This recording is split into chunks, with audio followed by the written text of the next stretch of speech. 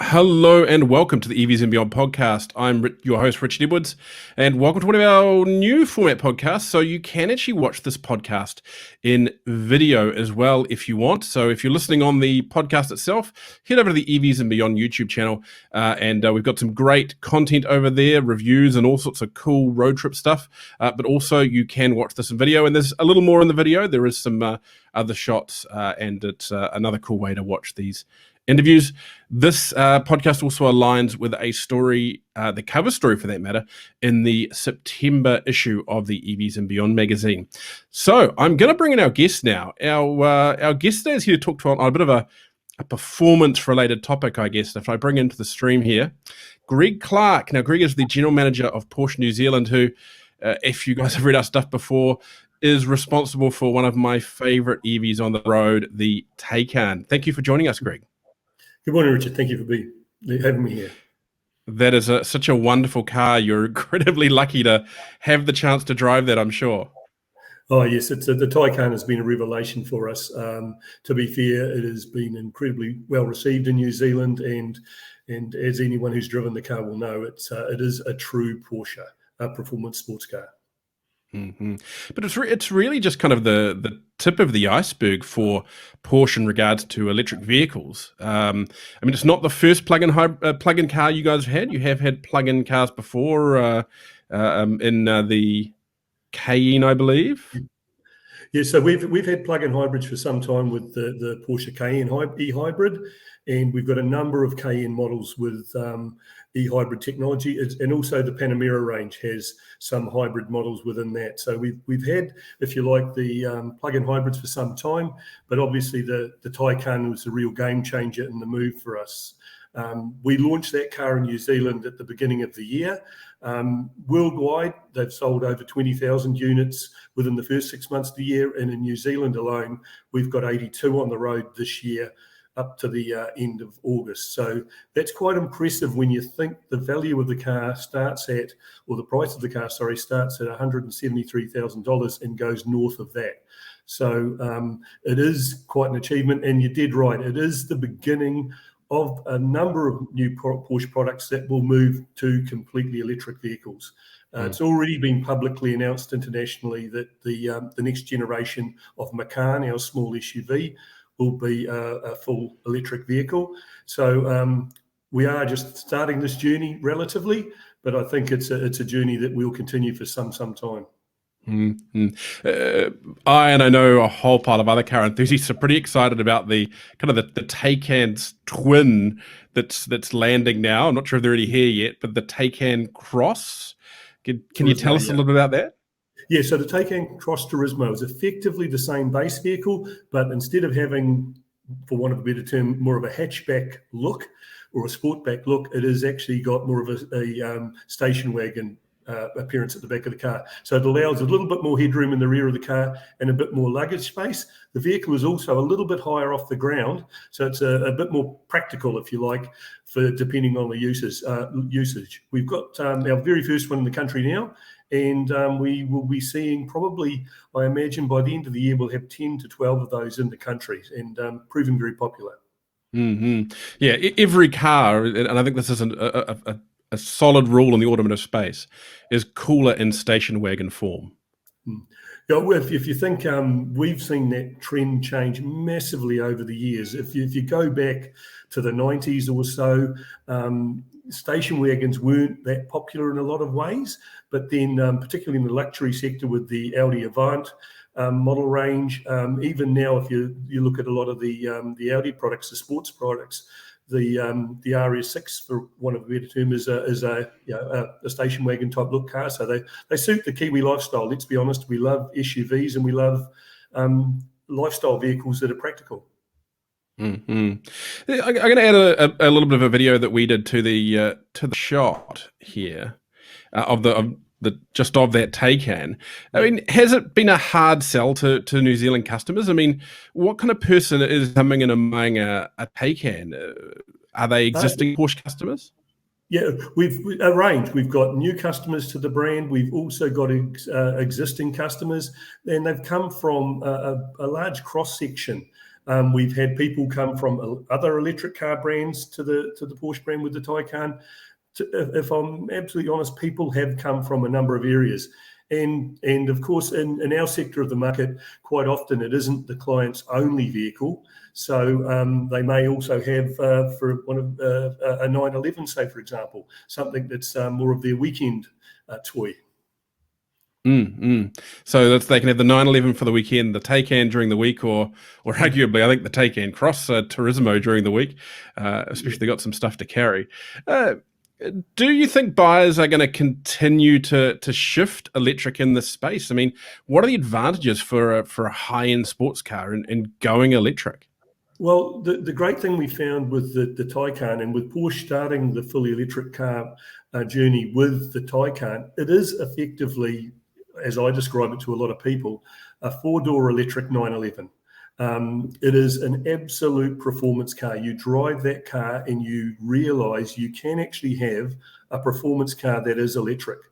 Earlier this year, we had an event called the Porsche World Roadshow in New Zealand, where we effectively took over Hampton Downs for 10 days with 40 customers turning up on each day. And one of our driving modules on the track was people track lapping in Taycans. So they would do track lapping, in the two-door Porsches, the 911s and the Caymans and Boxsters, lapping in the larger cars, the SUVs, and a group doing the Taycan. And you rotated right the way through. And without a doubt, of the 440 people that attended that event, one of the biggest comments you ever got back was, "I cannot believe that Taycan, it is a genuine Porsche, it is a genuine sports car." So with that in mind, we do look forward to the future. It absolutely proves that you can, I suppose, have your cake and eat it too. My observation from the high-end EV performance vehicles I've driven, and I've driven a lot of what's available, is that they are the match, if not quicker, than pretty much anything out there that takes petrol on the road. Arguably, I think they're probably easier to extract the performance from than those other ones, but they do lack that sound, that gruffness, that excitement that comes from having an engine either in front or, in the case of Porsche, behind you. Is that a hard sell for some people, or are they seeing the benefits? Oh, absolutely. The people that are purchasing the car do see the benefits. And there's no doubt there is an element still out there of people that genuinely, while they love the performance, they do want that combustion engine noise and feel. I find, in particular, with the Porsche range, and particularly if we take the Taycan or even the sports cars, because you're running so low to the ground, you have such large tyres on the vehicles that, once you're up in speed on a racetrack, for example, the engine noise disappears in volume, and it actually is the tyre noise, etc., that takes over and gives you a lot of that same feeling. Yeah. Do you what is kind of the roadmap here for Porsche when it comes to electric? As you said, the Macan is coming. Yeah. I mean, are we one day going to see an electric 911, or is that a bit rough on the purists? To be honest, we don't know at an importership level the full roadmap. What we do know is, by 2025, approximately 50% of what Porsche produces will be either a full BEV electric car or a hybrid. And by 2030, they're saying around 85% of what we produce and sell will be full electric or a hybrid. So there still is some scope for, obviously, just pure combustion engine vehicles in there. I imagine that there could be a hybrid type 911 in the range one day. We're already seeing with the Cayenne and the Macan, the Cayenne and the Panamera, that the hybrid range can also benefit the performance of the vehicle. So when I say that, I mean, while the hybrid functionality is used to increase range and lower emissions, it is also used at one side of the game to actually boost performance. Our quickest SUVs and Panameras are the turbo SE hybrid. So they use both combustion engine and electric engine to get that pure performance. But yes, I still believe that probably there's a bit of a saying going around that the last combustion sports car ever to be built will be a Porsche. So hopefully that is the case. While I do love the electric, there is still a place in the heart for that petrol head in quite a few of us. Is it electric that ultimately will, I guess, save performance brands like Porsche? Because particularly not so much here, but if you look into Europe, there is a real push away from petrol. There's almost a negative social aspect to high consuming fossil fueled vehicles. They are almost looked down on a little. By being able to progressively take the brand electric, does that extend and normalize what you're allowed to do? Well, like everything, I suppose, the world is changing. We're learning more all the time. So absolutely, by heading in the electric direction or growing our electric offering, we are, of course, staying more relevant. And let's be honest, legislation is moving in that direction. One thing that may lengthen the use of combustion engine vehicles is the advent of the e-fuels as such, so the non-fossil fuels that have cleaner burning capabilities. So we may see that grow in importance over the next few years and well ahead in the future. But very definitely, the VW group, which obviously Porsche is part of, has very much decided that the electric revolution is the direction to go. The legislation around the world is all taking us in those directions, both internationally and here locally. So it's common sense to be on that journey. And particularly, I guess, with your, a large volume mix of your volume these days is SUVs, particularly larger SUVs. We've got the various CO2 emissions rules coming into New Zealand next year. They would have become a harder sell without hybrid options and future electric options, I imagine. Oh, absolutely. I suppose with the fee-bait program that the government's already announced, and the penalties that will come into effect potentially next year should the legislation go through, that has a big effect on car brands where you do have larger capacity combustion engines. And at the upper end of that penalty scale, it's around $5,170 added to the price tag of a car realistically through that fee-bait. So that is going to make some buyer decisions change, and we're probably already seeing it to a degree with the Cayenne hybrid. It's a model that has been growing in popularity for a number of years, but this will only, I suppose, increase that desirability and also the demand. Mm-hmm. Do you find that the kind of people who are buying these high technology, performance, high-end vehicles are generally early adopters, early takers of technology in general, and I guess that flows into EV? Yeah, I would say definitely, very definitely with the fully electric vehicles, the Taycan. With the hybrid, I'd say less so, but still there is that element in there. We're seeing, particularly in the South Island, the hybrid model being very well received, and possibly that's because some of the distances that need to be travelled, that range anxiety is not such a thing with the hybrid vehicle, obviously, but very definitely with the electric, fully electric vehicles, I think the early adopter syndrome has come into effect. I imagine down the South Island, preconditioning on the interior that's so common with hybrids is probably pretty appealing too on those cold mornings. Well, absolutely. I think the South Island's our number one customer base for ordering steering wheel heating and those sorts of options. Have you had any negative response from some of your long-term hardcore customers from this entry into electric and hybrid? I mean, has it been universally welcomed? Yeah, by and large, I'd say absolutely. And if I've used that Porsche World Roadshow earlier this year as an example, a number of people that attended that were customers that I've known for years and are very ardent petrol heads. And to be fair, while they in some cases walked away saying, I'm not going to buy a Taycan at the moment, but they walked away going, oh my God, I can actually see how good that product is and how the future will go. And one day they will be there. But that's the benefit at the moment of being able to offer both choices, the combustion engine vehicles and the fully electric with the hybrid in the middle. And what we'll obviously see over the next 5, 7 years or so, 8 years, we'll see that mix move very much in the direction of the electric as opposed to the combustion. So I think it's a logical trend. Does it potentially, in a lot of cases, give the opportunity to sell two cars? I mean, do you foresee a lot of your customers having a petrol 911 and an electric Taycan or electric Taycan Cross or an electric Macan for daily driving? Yeah, absolutely. We obviously at our end of the market, a large proportion of our customers have multiple vehicles. And particularly, even though I suppose you would say over the years, and I've been involved with the Porsche brand for 16, 17 years now, and I've seen the change in the fact of the 911 once upon a time being purely a weekend toy to being a daily user. If I go back, if a 911 was doing 5,000 Ks a year, it was high mileage. Now they're doing 15,000 Ks a year in normal use. But we do have a lot of customers that do have multiple vehicles.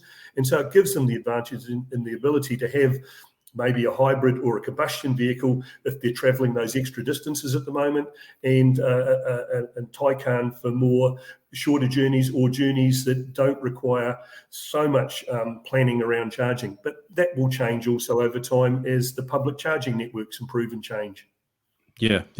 One of the things you mentioned there, the people's Porsches doing higher mileages. Is there an aspect of that? And this is, I guess, the side that, particularly with the work we're seeing with Highlands and Hampton and so forth, that there is actually more access for track time these days. Absolutely. And do you think that there's enough infrastructure at those tracks for electric cars to go and enjoy them? I know we've got charging at Hamptons. Yeah, it's changing and it's growing now. To give you the example, we actually set up some charges temporarily at Hamptons for our recent Porsche World Roadshow. The Cromwell track, Highlands down in the South Island, they actually have a Taycan. They physically own a Taycan Turbo S that they do taxi rides in. And I know both venues are looking at increasing the charging capability physically on the sites, just as we're seeing around the rest of the country. Because as you say, if you think logically, there will come a time where a lot of the cars doing the GT customer days, etc., on the tracks are going to be electric cars. So you're going to need that capability. So while it's not probably completely there yet, it will come like with everything else. Mm-hmm. Well, let's talk charging for a minute, because obviously that's an important part of the process, both for the customers and yourselves. And of course, the Taycan is a little bit interesting, a little bit different to most of what else is on there at the road at the moment, and that is because it's got an 800-volt battery system, which does allow for high speed charging and a few other things. You guys have put yourself into some end up in an interesting position in that, and it's maybe a controversial statement, others may challenge it. To my understanding, you guys are kind of the first vehicle brand in New Zealand with access to DC charging at every one of your dealership sites. Yes. Yeah, so you're absolutely right. Porsche chose to go with an 800-volt architecture in the vehicle when they were designing the vehicle. And that was purely around obviously the two things that people are very, very nervous on is the range anxiety and how long it takes to charge a car. Now, while we realised probably 80 to 90% of charging will be done at home in your garage and at a very lower AC capacity, when you're on the road or you're on a trip, you obviously want a much quicker charging capability. And with that 800 volt architecture, we're able to charge the Taycan with the right charger from basically 20% full to 80% full in around 15 minutes. So Porsche targeted the timing to go, look, if you stop at a petrol station, you're probably there for 5 minutes. Hey, if you could stop and you're going to be held up for 15 minutes, that makes a lot more of a desirable outcome for the client, and is a lot more acceptable to people to use the car for longer journeys. And with that, you did right. We actually have in each of our Porsche centres, and some of them are co-shared obviously with other group brands like Audi, DC charging, and that ranges from 50 kilowatt DC chargers right up to the Terra 175 kilowatt charger. So that's extreme high speed charging to allow that effectively at the top end of the scale, 20 to 80% within the 15-minute time limit. Now, handily, we do have a expert from ABB here to just discuss this charging. I'm going to bring Debbie van der Schyff from ABB into the room here. Thanks for joining us, Debbie. Thank you for having us.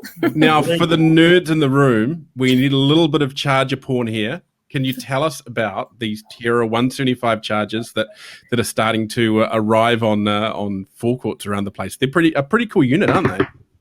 Yeah, so it's less exciting than to talk about the Cayenne, but we had to come up with a solution for these premium brands and to make it easier for people to charge on the main corridors and also in the dealerships and not stay there for hours on end.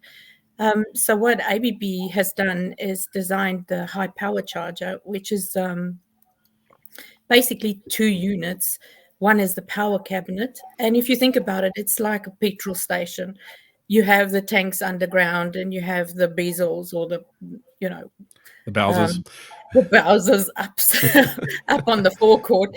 So, and with this in mind, we designed the power cabinets to be a little bit away from the post, which is where the cable is and the screen is, and where you can pay wave or RFID or just plug in. The power cabinet consists of the isolation transformers.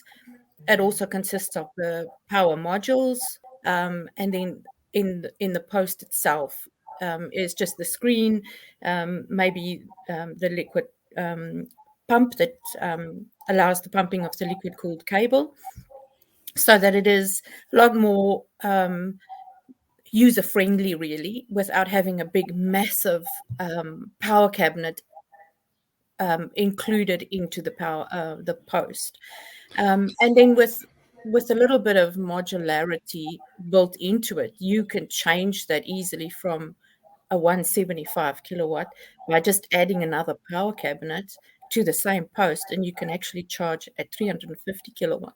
Wow. With not much change to your infrastructure.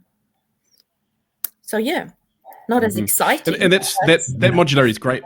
Well, no, that modularity is great, though, isn't it? Because if you say in a dealership environment where you're wanting to present the best look, and Greg will understand this from plenty of time in CI meetings, you might not want to have that power cabinet right out there in the forecourt. You may just want to have the cable end and plus the option to start off with that 175 and then go up to the 350 to get that absolute full top charging speed out of the Cayenne. Exactly. And that's maybe a good plug for Porsche, because they actually have one at Great North Road that you only see the charge post, and the cabinet is actually downstairs. It looks like, And Richard, the link up with ABB goes effectively worldwide. So ABB is a preferred partner of the VW stroke group, and particularly Porsche. So ourselves are linked in with Porsche Asia Pacific, and right across the Asian markets, the ABB chargers are being installed or are installed in dealerships, and right across Australia as well. So the same technology is being used across the world in linking Porsche with ABB.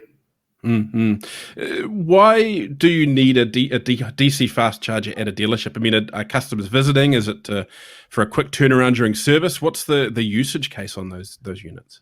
It's both.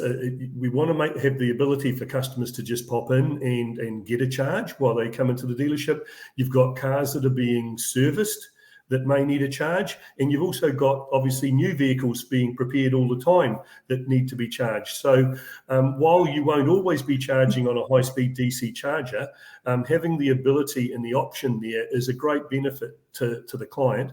And if I'm honest, it will also give you the ability to see how user-friendly a electric vehicle can be. And that's the big thing. I suppose we need to think about them more like your cell phone to a degree, where you are effectively, topping them up a lot more than just waiting for them to get completely empty. But when it is down rather low, that is when you do get the real benefit from the supercharging effect of the Terra charger and having that 175 or 350 kilowatt capacity. Mm-hmm. And I guess it gives the chance for your salespeople during the delivery process to actually show the customer how to use these units should they come across an ABB DC charger in the wild, so to speak. Absolutely, yeah. The great thing actually with the charging technology is a lot of the background communications works universally between car brands, obviously, and charger brands, etc. So it is a very, very simple process. People don't need to be worried and concerned about, oh, geez, if plugging a car into charge, how tricky is that compared to just pulling up at the petrol station with the Bowser? It's almost an identical process, except instead of putting hooking a tube into your petrol tank, you're plugging an electrical connection in. Fantastic. So I guess is it the kind of the Porsche of chargers, Debbie? We would like to think that, yes. No, I would agree with that. And they're actually... But thank you, some new marketing for us. And I mean, that's a good point that Greg raises. ABB works globally with manufacturers like Audi and Porsche and a lot of others, the Jaguars, to be able to provide this charging and have the communication there when the customers plug in. So there's no learning on, while we're doing it. We've already tested this in the factories, and when there's new brands and new cars coming out, that's where we test it. And ABB is a big part of that. So yeah, that's what makes it a lot easier for the customers and for the dealers just to have that confidence. If I plug this in, it's going to work. Excellent. Look, well, that has been a great chat today. I'd like to thank you both for coming along and I guess discussing performance cars and performance charging. That's our guest, Greg Clarke from Porsche New Zealand and Debbie van der Schyff from ABB. Thank you both so much for joining us. If you're listening to this or watching it, don't forget to go to the bottom of whatever screen you're using and like and subscribe and all that stuff. I've got to remember to say these things or I get in trouble. And we'll be back really soon with another great podcast or video, depending on where you're watching, from EVs and Beyond. Thank you so much. Thank you, Greg. Thank you, Richard.